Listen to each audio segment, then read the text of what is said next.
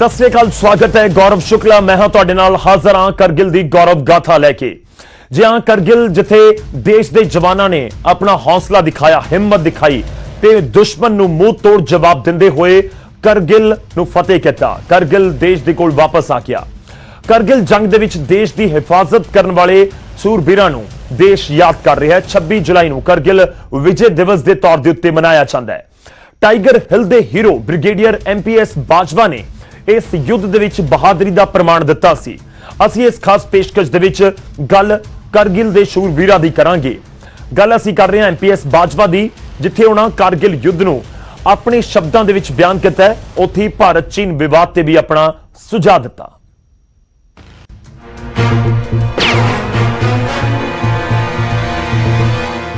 26 जुलाई ਨੂੰ पूरा देश कारगिल विजय दिवस के तौर पर मना रहा है। हजारां बहादुर सपूतां ने बहादुरी नाल दुश्मनां दा टाकरा करदे देश की झोली जित पाई। देश नूं जित दिवाउण वाले ते अपनी मिट्टी के लिए कुर्बान होने वाले महान सपूतां नूं पूरा देश हमेशा सजदा करता रहेगा। जदों कारगिल दी टाइगर हिल दे बहादुर सपूतां दा जिक्र हुंदा है तां ब्रिगेडियर MPS बाजवा दा नाम जरूर सामने आता है, जिन्हां ने जिथे कारगिल युद्ध नूं अपने लफ्जां दे विच बयान किया है, उत्थे भारत चीन विवाद नूं लैके भी अपनी प्रतिक्रिया साझी की है।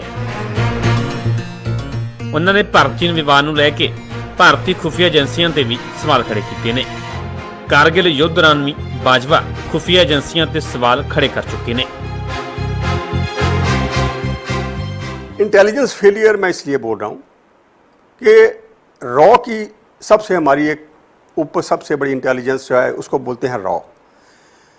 जो रिसर्च एंड एनालिसिस विंग है उसका काम है कि फॉरेन कंट्री से पहले ही हमें आगाह करना कि कुछ होने वाला है। ये हमें पता चला कि ये जो इक्विपमेंट बाय किया गया, जो भी कारगिल में बटालियंस आई अंदर, वो मैं बाद में बताऊंगा कौन कौन आया, उनके लिए जो इक्विपमेंट बाय किया गया ऑफ द शेल्फ स्विट्जरलैंड से किया गया। ये हमें पता क्यों नहीं चला? उसी टाइम पर ही हमारे एंटेनास ऊपर हो जाने चाहिए थे भी कुछ होने वाला है। ब्रिगेडियर बाजवा ने कहा कि जदों कारगिल का युद्ध होया सी तो उस वेले भी खुफिया एजेंसियां की नाकामी वेखण नूं मिली सी। भारतीय फौज नूं पता भी नहीं लग सकिया सी कि पाकिस्तान हमला करने वाला है। उन्होंने दस्सिया कि जदों टाइगर हिल नूं जित्तिया गया सी तो उन्होंने अपने उच्च अधिकारी नूं बोलिया कि मैं इस बारे जिक्र ना करा कि असीं टाइगर हिल जित ली है। ते गल तत्काली प्रधानमंत्री अटल बिहारी वाजपेयी तक भी पहुंच गई, जिस दे बाद इसका खमियाजा भी भुगतना पिया। जो अभी फिलहाल चाइना के साथ जो हमारा फेस ऑफ है, ये हम पाकिस्तान खिलाड़ी के साथ नई तुलना इसकी कर सकते हैं। अक्साई चीन, आपको पता है कि चाइना ने 62 में हम वॉर लड़े। लद्दाख में जो अक्साई चीन है, इन्होंने एक रोड बनानी थी बीच में, जो कि लासा से शिनजियांग प्रांत के तरफ नॉर्थ में कराकोरम हाईवे के तक कनेक्ट करना था। उस समय मैं नहीं कहता कि उस समय प्राइम मिनिस्टर जवाहरलाल नेहरू की वजह से या किसी वजह से पॉलिटिकल रीजंस के, ये रोड बनाई, अक्साई चीन पे उन्होंने कब्जा किया। साल 1999 ਦੇ ਵਿੱਚ करीब 60 दिन तक कारगिल की लड़ाई हुई ਤੇ आखिरकार भारत की कारगिल युद्ध ਦੇ ਵਿੱਚ ਜਿੱਤ ਹੋਈ। इस जंग ਵਿੱਚ कई बहादुर जवानों ने देश ਲਈ जान कुर्बान कर दी, जिन्हां ਨੂੰ ਅੱਜ पूरा देश सजदा कर रहा। जलंधर तो सुरिंदर कंबोज, न्यूज़ 18 पंजाब।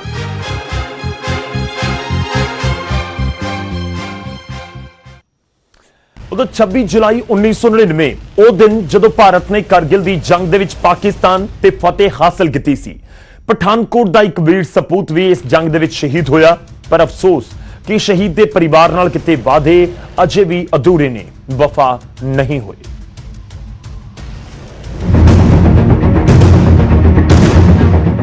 विजय दिवस ਉਹ दिन ਜਦੋਂ ਭਾਰਤ ਨੇ ਕਾਰਗਿਲ ਦੀ ਜੰਗ 'ਚ ਦੁਸ਼ਮਣ ਦੇ ਛੱਕੇ ਛੁਡਾ ਦਿੱਤੇ ਸਨ। 527 ਜਵਾਨਾਂ ਨੇ ਆਪਣਾ ਬਲੀਦਾਨ ਦੇ ਕੇ ਕਾਰਗਿਲ ਦੀ ਧਰਤੀ ਤੇ ਤਿਰੰਗਾ ਲਹਿਰਾਇਆ। ਇਹਨਾਂ ਸ਼ਹੀਦਾਂ 'ਚ ਇੱਕ ਨਾਂ ਪਠਾਨਕੋਟ ਦੇ ਵੀਰ ਸਪੂਤ ਹਰੀਸ਼ ਪਾਲ ਦਾ ਵੀ ਸ਼ਾਮਲ ਹੈ, ਜਿਸ ਨੇ ਫੌਜ 'ਚ ਭਰਤੀ ਹੋਣ ਦੇ ਮਹਿਜ਼ 1.5 ਸਾਲ ਅੰਦਰ ਹੀ ਸ਼ਹਾਦਤ ਦਾ ਜਾਮ ਪੀਤਾ। ਪੁੱਤ ਨੂੰ ਯਾਦ ਕਰ ਅੱਜ ਵੀ ਮਾਂ ਦੀਆਂ ਅੱਖਾਂ ਨਮ ਹੋ ਜਾਂਦੀਆਂ ਨੇ, ਪਰ ਪਰਿਵਾਰ ਨੂੰ ਅਫਸੋਸ ਇਸ ਗੱਲ ਦਾ ਹੈ ਕਿ ਪੁੱਤਰ ਦੀ ਸ਼ਹਾਦਤ ਤੋਂ ਬਾਅਦ ਸਰਕਾਰ ਨੇ ਜੋ ਵਾਅਦੇ ਕੀਤੇ ਸੀ ਉਹ ਅੱਜ ਵੀ ਪੂਰੇ ਨਹੀਂ ਹੋਏ। ਨਾ ਪਿੰਡ ਦੇ ਸਕੂਲ ਦਾ ਨਾਂ ਸ਼ਹੀਦ ਦੇ ਨਾਂ ਤੇ ਰੱਖਿਆ ਗਿਆ। ਯਾਦਗਾਰੀ ਗੇਟ ਅੱਜ ਵੀ ਆਪਣੀ ਬਦਹਾਲੀ ਨੂੰ ਰੋ ਰਿਹਾ ਹੈ। ਸਰਕਾਰੀ ਮਦਦ ਸ਼ਹੀਦ ਦੀ ਪਤਨੀ ਆਪਣੇ ਨਾਲ ਲੈ ਗਈ ਅਤੇ ਪਿੱਛੇ ਮਾਂ ਆਰਥਿਕ ਤੰਗੀ ਨਾਲ ਜੂਝ ਰਹੀ ਹੈ। 21 ਸਾਲ ਹੋਇਆ ਬੇਟਾ ਮੇਰਾ ਕਰਗਲ ਵਿੱਚ ਸ਼ਹੀਦ ਹੋਇਆ। ਬੜੇ ਵਾਅਦੇ ਕੀਤੇ, ਇੱਕ ਵਾਅਦਾ ਪੂਰਾ ਨਹੀਂ ਹੋਇਆ। ਅਗਲੇ ਸੜਕ ਬਣਨੀ ਆ, ਸਕੂਲ ਬਣਨਾ, ਗੇਟ ਬਣਨਾ, ਗੇਟ ਵੀ ਇਆਂ ਬਣਾਇਆ ਆ, ਬੇਕਾਰ ਹੋਈ ਇਹਦਾ ਗੇਟ ਵੀ, ਕੁਛ ਨਹੀਂ ਬਣਾਇਆ। ਸਾਡੇ ਬਾਰੇ ਤਾਂ ਸੋਚਿਆ ਕੁਛ ਨਹੀਂ। ਜਿਹੜਾ ਇਹ ਸਭ ਕੁਛ ਸ਼ਾਦੀ ਵੀ ਕਰ ਲਈ ਉਹਨਾਂ ਤਾਂ ਸਭ ਕੁਝ ਲਈਏ ਵੀ ਚਲੇ ਗਏ ਤੇ ਸਾਡੇ ਕੋਲ ਬਾਤ ਨਹੀਂ ਪੁੱਛੀ। ਅਸੀਂ ਸਰਕਾਰਾਂ ਨੂੰ ਬਸ ਇਹੋ ਕਹਿਣਾ ਚਾਹੁੰਦੇ ਹਾਂ ਵੀ ਸਰਕਾਰ ਨੇ ਵਾਅਦੇ ਬੜੇ ਕੀਤੇ ਸੀ ਸਾਡੇ ਨਾਲ, ਜਿੱਦਾਂ ਵੀ ਗੇਟ ਬਣਾ ਕੇ ਸਰਕਾਰੀ ਸਕੂਲ ਬਣਾ ਸਰਕਾਰੀ ਸਕੂਲ ਤੇ ਸ਼ਹੀਦ ਦਾ ਨਾਂ ਰੱਖਾਂਗੇ ਤੇ ਲਾਇਬ੍ਰੇਰੀ ਬਣਾਇਆ ਤੁਹਾਡੇ ਪਿੰਡ। ਕੁਛ ਵੀ ਨਹੀਂ ਜੀ, ਇਹ ਸਰਕਾਰਾਂ ਨਾਲ ਮਤਲਬ ਮਜ਼ਾਕ ਨਹੀਂ ਕਰਨਾ ਚਾਹੀਦਾ ਸ਼ਹੀਦ ਪਰਿਵਾਰਾਂ ਨੂੰ। ਸਾਡੇ ਜਵਾਨ ਦੇਸ਼ ਦੀ ਖਾਤਰ ਆਪਣੇ ਪਰਿਵਾਰ ਪਿੱਛੇ ਛੱਡ ਕੇ ਸਰਹੱਦ ਤੇ ਕੁਰਬਾਨੀਆਂ ਦਿੰਦੇ ਨੇ, ਪਰ ਉਹਨਾਂ ਦੀ ਸ਼ਹਾਦਤ ਤੋਂ ਬਾਅਦ ਜੇ ਪਰਿਵਾਰ ਨਾਲ ਕੀਤੇ ਵਾਅਦੇ ਪੂਰੇ ਨਾ ਹੋਣ ਤਾਂ ਇਸ ਤੋਂ ਵੱਡਾ ਦੁਖਾਂਤ ਨਹੀਂ ਹੋ ਸਕਦਾ। ਪਠਾਨਕੋਟ ਤੋਂ ਸੁਖਜਿੰਦਰ ਕੁਮਾਰ, ਨਿਊਜ਼ 18 ਪੰਜਾਬ। ਕਰਗਿਲ ਦੀ ਜੰਗ ਨੂੰ 21 ਸਾਲ ਹੋ ਰਹੇ ਨੇ। ਸ਼ਹੀਦਾਂ ਦੇ ਪਰਿਵਾਰਾਂ ਦੀਆਂ ਅੱਖਾਂ ਅੱਜ ਵੀ ਇਸ ਜੰਗ ਦੇ ਵਿੱਚ ਸ਼ਹੀਦ ਹੋਏ ਆਪਣਿਆਂ ਨੂੰ ਯਾਦ ਕਰਕੇ ਨਮ ਹੋ ਜਾਂਦੀਆਂ ਨੇ।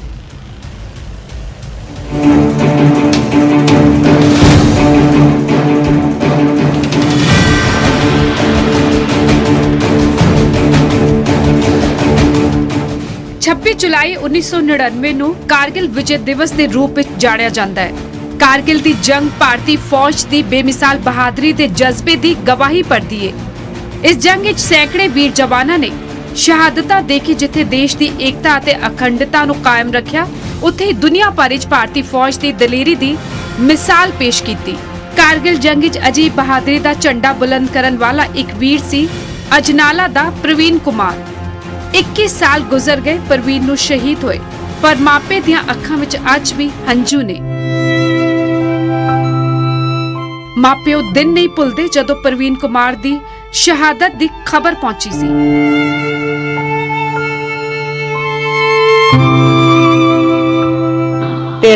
नवंबर 2000 में। तो कैसे पता चला आपको? बस ऐसे ही पता चला, बस अचानक ही कोई आया तो उसने बता दिया मेरे को कि शहीद हो गया है। शहीद नहीं होया, सीरियस हो गया है। पर मेरे को यकीन नहीं था भाई मेरा बेटा ऐसे हो गया होगा। मेरे को बिल्कुल ही नहीं यकीन। जब भी कारगिल शहीदों की याद आती है तो आपको याद तो जरूर बहुत हर वक्त रहती है याद की तो बात ही छोड़ो। ਪ੍ਰਵੀਨ ਦੀ ਸ਼ਹਾਦਤ ਤੋਂ ਬਾਅਦ ਉਸ ਦੀ ਪਤਨੀ ਆਪਣੀ ਦੋਵੇਂ ਧੀਆਂ ਨੂੰ ਲੈ ਕੇ ਚਲੀ ਗਈ ਅਤੇ ਪਿੱਛੇ ਰਹਿ ਗਏ ਬਜ਼ੁਰਗ ਮਾਪੇ, ਜਿਹੜੇ ਪ੍ਰਵੀਨ ਦੀਆਂ ਤਸਵੀਰਾਂ ਅਤੇ ਯਾਦਾਂ ਦੇ ਸਹਾਰੇ ਦਿਨ ਗੁਜ਼ਾਰ ਰਹੇ ਨੇ।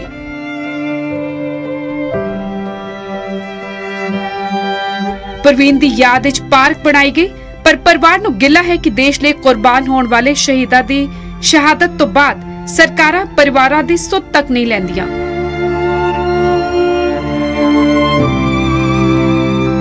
मैंने देखा जाए तो मैं कहना तो नहीं चाहूँगा, परंतु पहले था जब मिनिस्टर वगैरह कोई आता था तो कोई बात कह जाता था तो उसके ऊपर विश्वास होता था। परंतु मैं भी टीवी ते देखता रहता सीगा जब उन्होंने ये गल कही भई ना तो प्रधानमंत्री के दफ्तर चों ऐलान होया सीगा भी ना तो उन्होंने साड़ी कोई पोस्ट मल्ली है और ना ही कोई कार्रवाई की है। 21 ਸਾਲ ਪਹਿਲਾਂ ਕਾਰਗਿਲ ਦੀਆਂ ਪਹਾੜੀਆਂ ਵਿੱਚ ਭਾਰਤ ਅਤੇ ਪਾਕਿਸਤਾਨ ਵਿਚਕਾਰ ਜੰਗ ਹੋਈ ਸੀ ਅਤੇ ਪਾਕਿਸਤਾਨੀ ਫੌਜ ਨੇ ਕਾਰਗਿਲ ਦੀਆਂ ਉੱਚੀਆਂ ਪਹਾੜੀਆਂ ਅੰਦਰ ਘੁਸਪੈਠ ਕਰਕੇ ਆਪਣੇ ਠਿਕਾਣੇ ਬਣਾ ਲਏ ਸਨ। ਭਾਰਤੀ ਫੌਜ ਨੇ ਬੜੀ ਬਹਾਦਰੀ ਦੇ ਨਾਲ ਕਾਰਗਿਲ ਦੀ ਜੰਗ ਲੜੀ ਸੀ ਅਤੇ ਜਿੱਤੀ ਵੀ। ਇਸ ਜੰਗ ਦੌਰਾਨ ਸੈਂਕੜੇ ਭਾਰਤੀ ਫੌਜੀ ਸ਼ਹੀਦ ਹੋਏ। ਸ਼ਹੀਦਾਂ ਦੇ ਪਰਿਵਾਰਾਂ ਨੂੰ ਸ਼ਹਾਦਤ ਤੇ ਮਾਣ ਵੀ ਹੈ, ਪਰ ਪਰਿਵਾਰ ਦੇ ਜੀ ਦੇ ਚਲੇ ਜਾਣ ਨਾਲ ਜਿਹੜੀ ਥਾਂ ਖਾਲੀ ਹੋਈ ਉਹ ਕਦੇ ਭਰੀ ਨਹੀਂ ਜਾ ਸਕੇਗੀ।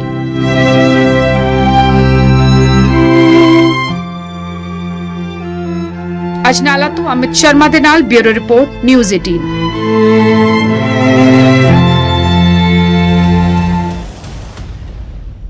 ਤਾਂ ਸਵਾਲ ਤਾਂ ਇਹ ਵੀ ਹੈ ਕਿ ਇਹਨਾਂ ਪਰਿਵਾਰਾਂ ਨੂੰ ਸਿਰਫ ਜਦੋਂ 26 ਜੁਲਾਈ ਆਉਂਦੀ ਹੈ ਜਾਂ ਅਜਿਹਾ ਕੋਈ ਦਿਨ ਆਉਂਦਾ ਉਸ ਸਮੇਂ ਹੀ ਯਾਦ ਕੀਤਾ ਜਾਵੇ, ਜਾਂ ਫਿਰ ਸਰਕਾਰਾਂ ਜਿਨ੍ਹਾਂ ਦੀ ਜ਼ਿੰਮੇਵਾਰੀ ਹੈ ਹਮੇਸ਼ਾ ਇਹਨਾਂ ਪਰਿਵਾਰਾਂ ਦੀ ਸਾਰ ਲੈਣ, ਜਿਨ੍ਹਾਂ ਦੀ ਬਦੌਲਤ ਅਸੀਂ ਅੱਜ ਸੁਰੱਖਿਅਤ ਹਾਂ। ਉਧਰ ਕਾਰਗਿਲ ਦਿਵਸ ਦੇ ਉੱਤੇ ਸ਼ਹੀਦਾਂ ਨੂੰ ਯਾਦ ਕੀਤਾ ਜਾ ਰਿਹਾ, ਉਹਨਾਂ ਦੇ ਪਰਿਵਾਰਾਂ ਨੂੰ ਸਨਮਾਨਿਤ ਵੀ ਕੀਤਾ ਜਾ ਰਿਹਾ। ਸਿਆਸੀ ਆਗੂਆਂ ਦੇ ਵੱਲੋਂ ਲੰਬੇ ਚੌੜੇ ਭਾਸ਼ਣ ਦਿੱਤੇ ਜਾਂਦੇ ਨੇ ਅਤੇ ਫਿਰ ਕੀ ਇਹਨਾਂ ਪਰਿਵਾਰਾਂ ਨੂੰ ਉਹਨਾਂ ਦੇ ਹਾਲ ਦੇ ਉੱਤੇ ਹੀ ਛੱਡ ਦਿੱਤਾ ਜਾਂਦਾ ਹੈ। ਜੀ ਹਾਂ, ਇਹ ਸੱਚਾਈ ਹੈ, ਇਹ ਤਰਾਜ਼ਦੀ ਹੈ ਸਾਡੇ ਦੇਸ਼ ਦੇ ਸਿਸਟਮ ਦੀ। ਇੱਕ ਅਜਿਹੇ ਹੀ ਪਰਿਵਾਰ ਦੇ ਨਾਲ ਤੁਹਾਨੂੰ ਮਿਲਵਾਉਂਦੇ ਹਾਂ ਜੋ ਸਰਕਾਰਾਂ ਤੋਂ ਖਫ ਹੈ, ਸਿਆਸੀ ਆਗੂਆਂ ਦੀ ਵਾਅਦਾ ਖਿਲਾਫੀ ਤੋਂ ਨਾਰਾਜ਼ ਹੈ।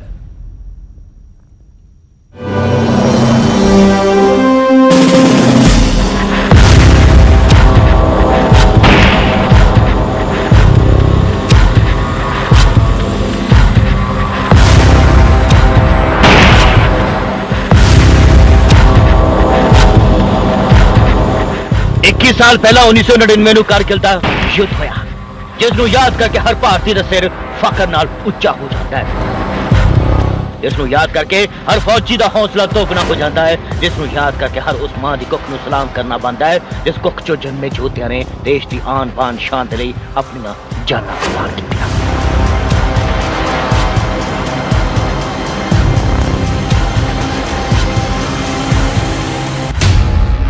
कारगिल ਦੇ ਇਸ ਯੁੱਧ ਦੌਰਾਨ ਕਿੰਨੀਆਂ ਹੀ ਮਾਵਾਂ ਦੇ ਪੁੱਤ ਕੁਰਬਾਨ ਹੋਏ, ਬੱਚਿਆਂ ਦੇ ਸਿਰੋਂ ਪਿਤਾ ਦਾ ਸਾਇਆ ਉੱਠਿਆ ਤੇ ਕਿੰਨੀਆਂ ਹੀ ਔਰਤਾਂ ਦੀ ਮੰਗ ਸੁਣੀ ਹੋਈ, ਯਾਨੀ ਕਿ ਵਿਧਵਾ ਹੋਈਆਂ। ਸਭ ਨੇ ਹੱਸਦੇ ਹੱਸਦੇ ਦੁੱਖਾਂ ਦੇ ਪਹਾੜ ਆਪਣੇ ਸੀਨੇ ਤੇ ਸਹੇ, ਕਿਉਂਕਿ ਇਹਨਾਂ ਨੇ ਭਾਰਤ ਮਾਂ ਦੇ ਲਈ ਕੁਰਬਾਨੀਆਂ ਦਿੱਤੀਆਂ ਸਨ। ਪਰ ਜਦੋਂ ਸਰਕਾਰਾਂ ਸਾਡੇ ਸ਼ਹੀਦਾਂ ਯੋਧਿਆਂ ਦੀ ਕੁਰਬਾਨੀਆਂ ਦਾ ਮੁੱਲ ਨਾ ਪਾਉਣ ਤਾਂ ਫਿਰ ਪਿੱਛੋਂ ਇਹਨਾਂ ਸ਼ਹੀਦਾਂ ਦੇ ਪਰਿਵਾਰ ਰੁਲਦੇ ਨੇ ਸਾਡੇ ਲਾਪਰਵਾਹ ਹਾਕਮਾਂ ਦੇ ਕਾਰਨ, ਕਿਉਂਕਿ ਸ਼ਹੀਦਾਂ ਦੇ ਦੇਸ਼ ਭਗਤੀ ਦੇ ਨਾਮ ਉੱਤੇ ਵੋਟਾਂ ਮੰਗਣ ਵਾਲੇ ਲੀਡਰਾਂ ਨੂੰ ਜ਼ਰਾ ਵੀ ਸ਼ਰਮ ਨਹੀਂ ਆਉਂਦੀ।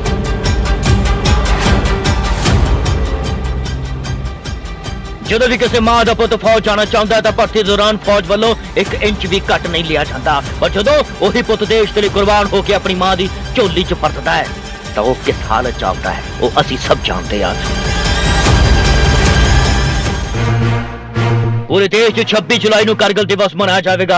ਇਸ ਦੌਰਾਨ ਸਾਡੇ ਸ਼ਹੀਦਾਂ ਨੂੰ ਇੱਕੋ ਹੀ ਸੁਰ 'ਚ ਯਾਦ ਵੀ ਕੀਤਾ ਜਾਵੇਗਾ ਅਤੇ ਹਰ ਵਾਰ ਦੀ ਤਰ੍ਹਾਂ ਸਾਡੇ ਲੀਡਰ ਵੱਡੇ ਭਾਸ਼ਣ ਵੀ ਦੇਣਗੇ। ਪਰ ਅਸਲ 'ਚ ਇਹਨਾਂ ਸ਼ਹੀਦਾਂ ਦੇ ਪਰਿਵਾਰਾਂ ਦੀ ਹਾਲਤ ਕੀ ਹੈ?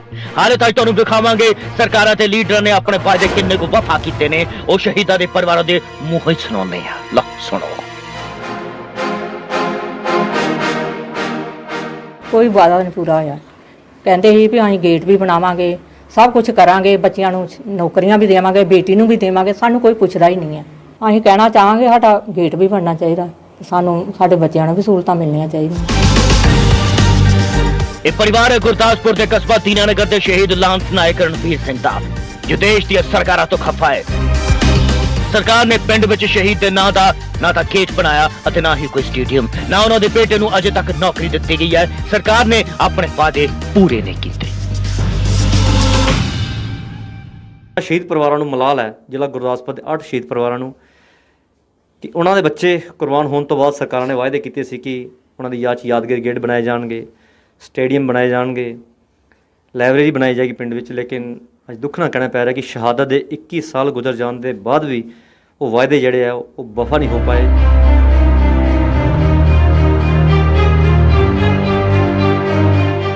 ਸਰਕਾਰਾਂ ਤੇ ਸਾਡੇ ਲੀਡਰਾਂ ਨੇ ਭਾਵੇਂ ਪਿਤਾ ਦੀ ਕੁਰਬਾਨੀ ਦਾ ਕੋਈ ਮੁੱਲ ਨਾ ਮੋੜਿਆ ਹੋਵੇ, ਪਰ ਉਸ ਤੇ ਜਾਏ ਹੋਏ ਬੱਚੇ ਨੂੰ ਉਸ ਤੇ ਫਖਰ ਹੈ, ਮਾਣ ਹੈ। ਜੇ ਸ਼ਹੀਦ ਨੇ ਆਪਣੇ ਬੱਚੇ ਦਾ ਮੂੰਹ ਤੱਕ ਵੀ ਨਹੀਂ ਤੱਕਿਆ।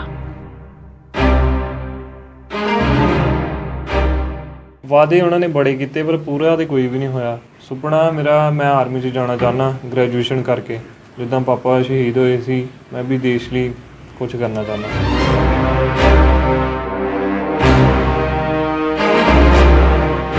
ਦੋ ਦਹਾਕਿਆਂ ਤੋਂ ਕਿਸੇ ਸਰਕਾਰ ਜਾਂ ਲੀਡਰ ਨੇ ਸ਼ਹੀਦ ਰਣਵੀਰ ਸਿੰਘ ਦੀ ਸ਼ਹਾਦਤ ਤੇ ਉਹਨਾਂ ਦੇ ਪਰਿਵਾਰ ਦੀ ਸਾਰ ਤੱਕ ਨਹੀਂ ਲਈ। ਪਰ ਜਿਨ੍ਹਾਂ ਨੇ ਵੀ ਕਾਰਗਿਲ ਦੀ ਜੰਗ ਦਾ ਲਾਂਸ ਨਾਇਕ ਰਣਵੀਰ ਸਿੰਘ ਦੀ ਬਹਾਦਰੀ ਦੇਖੀ, ਉਸ ਨੂੰ ਯਾਦ ਕਰਕੇ ਅੱਜ ਵੀ ਉਹਨਾਂ ਦਾ ਖੂਨ ਖੌਲ ਉੱਠਦਾ ਹੈ। ਤੁਸੀਂ ਵੀ ਸੁਣ ਲਓ ਸਾਡੇ ਲੀਡਰੋ। 99 के अंदर जो कि लड़ाई जब पाकिस्तान के साथ हुई तो उसके अंदर मैंने खुद हिस्सा लिया। ले को जाता हुआ जो कि नेशनल हाईवे रोड है, उसके ऊपर पाकिस्तान काफ़ी भारी तादाद में गोलाबारी कर रहा था। वो हाइट के ऊपर थे, हम लोग काफ़ी नीचे थे। वहाँ पर स्नोफॉल भी हो रहा था और स्नो काफ़ी थी और सांस की काफ़ी प्रॉब्लम थी, कठिनाइयाँ ही कठिनाइयाँ थी। फिर भी हमारे बहादुर जवानों ने उन .4875 को यानी काफ़ी बहादुरी से जन के उन पर लड़ाई लड़ी और उसको कैप्चर किया।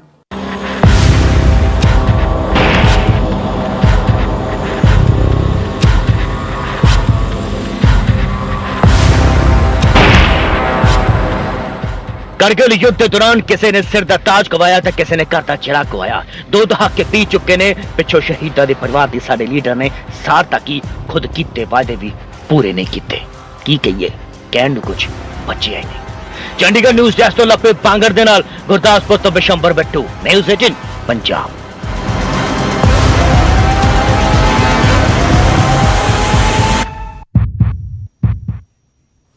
ਤਾਂ ਸਵਾਲ ਤਾਂ ਇਹ ਹੈ ਕਿ ਲੰਬੇ ਚੌੜੇ ਭਾਸ਼ਣਾਂ ਤੋਂ ਬਾਹਰ ਕੁਝ ਹੈ ਕਿ ਜਿਹੜੇ ਦਾਅਵੇ ਆ ਵਾਅਦੇ ਕੀਤੇ ਜਾਂਦੇ ਨੇ ਕਿ ਉਹ ਵਫਾ ਹੁੰਦੇ ਨੇ, ਪਰ ਤਸਵੀਰਾਂ ਦੱਸਦੀਆਂ ਨੇ, ਪਰਿਵਾਰ ਦੱਸਦੇ ਨੇ ਇਹ ਸਾਰੇ ਹਾਲਾਤ ਉਹਨਾਂ ਪਿੰਡਾਂ ਦੇ, ਉਹਨਾਂ ਜੱਦੀ ਪਿੰਡਾਂ ਦੇ ਜਿੱਥੇ ਦੇ ਸ਼ਹੀਦ ਰਹਿਣ ਵਾਲੇ ਸਨ, ਉੱਥੇ ਦੇ ਹਾਲਾਤ ਦੱਸਦੇ ਨੇ ਕਿ ਨਹੀਂ, ਸਾਰ ਤਾਂ ਨਹੀਂ ਲਈ ਜਾਂਦੀ।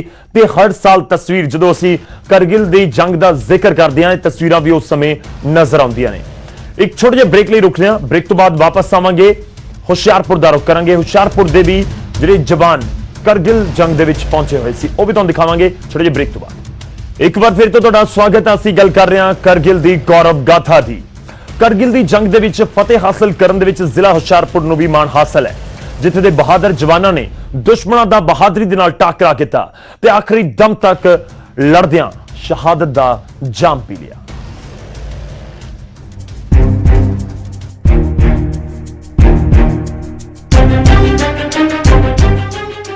ਕਾਰਗਿਲ ਯੁੱਧ ਦੇ ਵਿੱਚ ਜ਼ਿਲ੍ਹਾ ਹੁਸ਼ਿਆਰਪੁਰ ਦੇ 13 ਜਵਾਨਾਂ ਨੇ ਵੀ ਸ਼ਹਾਦਤ ਦਾ ਜਾਮ ਪੀਤਾ। ਹੁਸ਼ਿਆਰਪੁਰ ਹੀ ਨਹੀਂ ਬਲਕਿ ਪੂਰਾ ਪੰਜਾਬ ਇਹਨਾਂ ਜਵਾਨਾਂ ਦੀ ਸ਼ਹਾਦਤ ਤੇ ਫਖਰ ਮਹਿਸੂਸ ਕਰਦਾ ਹੈ। 13 ਜਵਾਨਾਂ ਚੋਂ ਜ਼ਿਲ੍ਹਾ ਹੁਸ਼ਿਆਰਪੁਰ ਦੇ ਪਿੰਡ ਨੰਗਲ ਦਾ 13 ਜੈਕ ਰਾਈਫਲ ਦਾ ਸ਼ਹੀਦ ਪਵਨ ਵੀ ਸ਼ਾਮਲ ਹੈ, ਜੋ 18 ਜੂਨ 1999 ਦੇ ਵਿੱਚ ਦੁਸ਼ਮਣਾਂ ਦਾ ਬਹਾਦਰੀ ਨਾਲ ਟਾਕਰਾ ਕਰਦਿਆਂ ਦੇਸ਼ ਲਈ ਕੁਰਬਾਨ ਹੋ ਗਿਆ। ਸ਼ਹੀਦ ਪਵਨ ਦੀ ਮਾਤਾ ਆਪਣੇ ਪੁੱਤਰ ਨੂੰ ਯਾਦ ਕਰਦਿਆਂ ਅੱਜ ਵੀ ਭਾਵੁਕ ਹੋ ਜਾਂਦੀ ਹੈ। ਆਪ ਮੁਹਾਰੇ ਅੱਖਾਂ ਦੇ ਵਿੱਚੋਂ ਅਥਰੂ ਵਹਿ ਤੁਰਦੇ ਨੇ। ਸ਼ਹੀਦ ਦੀ ਮਾਤਾ ਨੇ ਦੱਸਿਆ ਕਿ ਜਦੋਂ ਉਸਦੇ ਪੁੱਤਰ ਦੀ ਮ੍ਰਿਤਕ ਦੇ ਘਰ ਪਹੁੰਚੀ ਸੀ ਤਾਂ ਉਸਦੇ ਸਾਥੀਆਂ ਨੇ ਦੱਸਿਆ ਸੀ ਕਿ ਪਵਨ ਨੇ ਇੰਨੀ ਬਹਾਦਰੀ ਵਿਖਾਈ ਕਿ ਗੋਲੀਆਂ ਲੱਗਣ ਦੇ ਬਾਵਜੂਦ ਹੌਸਲਾ ਨਹੀਂ ਛੱਡਿਆ ਤੇ ਸਾਥੀਆਂ ਨੂੰ ਕਹਿਣ ਲੱਗਾ ਕਿ ਮੇਰੀ ਚਿੰਤਾ ਛੱਡ ਦਿਓ, ਉਹ ਜ਼ਿਆਦਾ ਸਮਾਂ ਜਿਉਂਦਾ ਨਹੀਂ ਰਹੇਗਾ, ਤੁਸੀਂ ਅੱਗੇ ਵਧੋ ਤੇ ਦੁਸ਼ਮਣਾਂ ਨੂੰ ਖਦੇੜ ਦਿਓ।